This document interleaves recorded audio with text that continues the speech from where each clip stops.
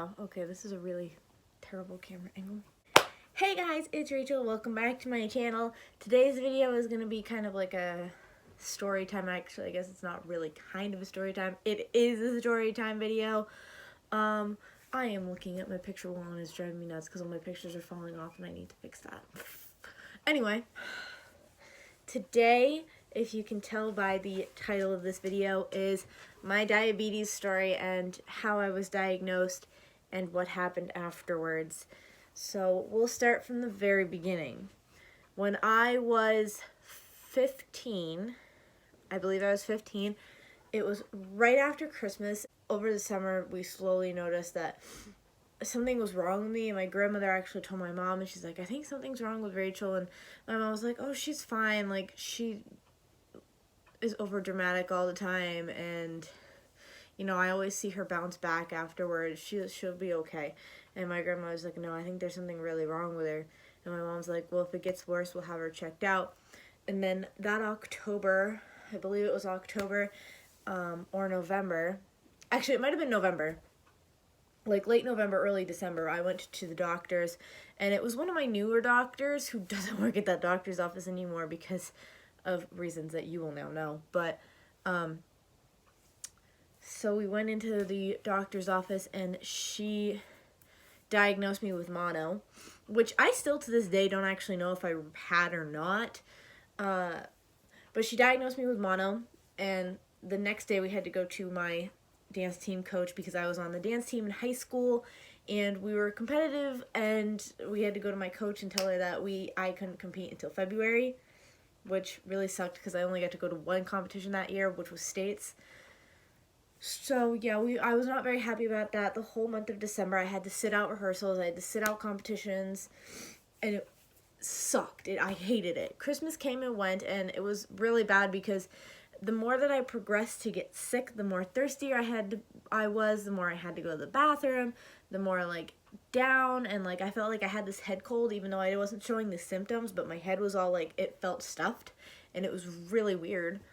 And when I was a kid, when I was younger, before I graduated high school, I used to go to my grandmother's house after Christmas because she would take me and my cousins, or my cousins and I, to the mall to go shopping for Christmas presents on Black Friday, because we always did that. It was a tradition until I think the year after, because we haven't done it in a few years just because we're all grown up now and we're all doing different things. We all have different jobs and different lives now, so we don't really get to see each other as much or, you know, spend a lot of time doing tradition stuff like that. So we don't actually do that anymore. But that night we'd gone Black Friday shopping, and then that night I stopped breathing. I was at my grandmother's house and I couldn't breathe. Like I was doing that whole thing, and so I called my mom and I was like, please, please, please come get me. Please come get me. Like I can't breathe. Something's really wrong and I can't. And my grandparents live in Massachusetts, which is a 2-hour car drive. So if I remember correctly, we met up halfway. And I went home, and the next morning my mom brought me back into the walk-in clinic. And while we were at the walk-in clinic, we saw my regular doctor, not the other doctor, and she was like, your kid has diabetes and she needs to go to the hospital. So the closest, biggest, most successful hospital near where I live right now is Dartmouth. So yes, I do live near Dartmouth Hospital. It's like an hour away. It's really nice, actually. So we went to Dartmouth. They didn't put me in an ambulance because they actually gave me a choice to go in an ambulance, and I was like, no, I don't want to go in an ambulance. I want to be in the car. I want to like sleep on the way over there. And all that I wanted that day was a freaking popsicle, and I never got one. So we got to the hospital, and they put me in a wheelchair because they didn't give me the option to walk. I was like, no, I want to walk. Like I want to walk to my room. I'm not completely pathetic. And okay, I don't even know where I was in that story. I totally left because I had to go to the bathroom, like, really bad. And then I got myself an eggnog roll because they're boss. But anyway, they sat me down in a wheelchair after not letting me walk. And as I sat down in the wheelchair, I could feel myself, like, almost falling asleep, but it wasn't falling asleep. It was actually me going into a coma. So we got up to my room, and I don't remember any of this. I remember waking up attached to a bunch of machines like an hour later. Like, probably wasn't actually an hour, but it felt like an hour. And I woke up and I was in a bunch of machines, and I was in this room, and they were like taking my blood and like putting insulin in me, and I was like, can I just have a popsicle? Because like I really want a popsicle. And they were like, no, you can have ice cubes. And so I had ice cubes for freaking 2 days. The next day, they moved me into the Chad section of Dartmouth Hospital, because back then I was a minor. I was under 18, so I was technically still considered a child, and they moved me into Chad, and I had a pretty nice room, actually. My grandparents came to see me that day. They were like, oh my gosh, like, are you okay? Like, is she gonna die? And like, my grandparents freak out over everything. It's like so bad. But I'm their first grandkid, so I can understand that they were actually like really panicked. I mean, everybody else was panicked too, but my grandparents actually came to see me.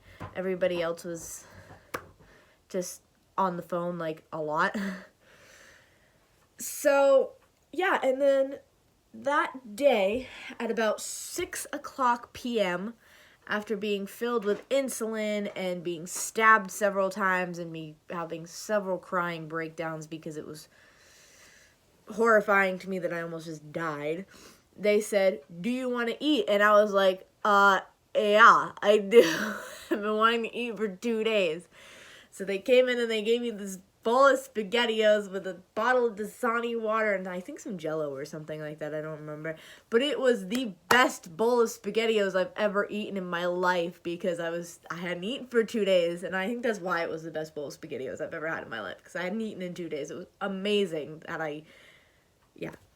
And so then they sent us up to pediatrics on the other side of the freaking building.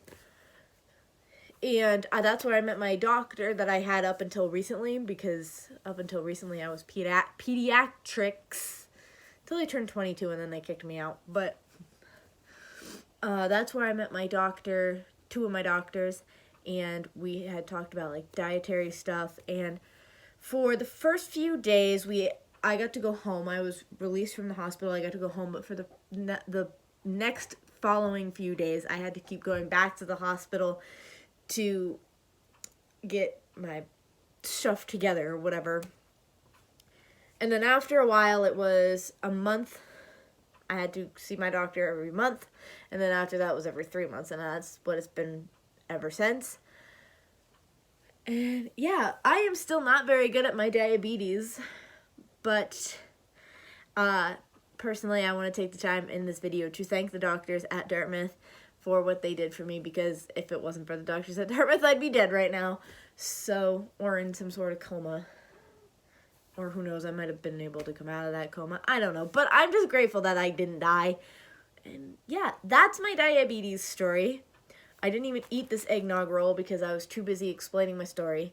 So I'm going to go eat this eggnog roll and then get ready for dance rehearsal, because I have my first rehearsal tonight for our first show at my new studio, and I'm really excited.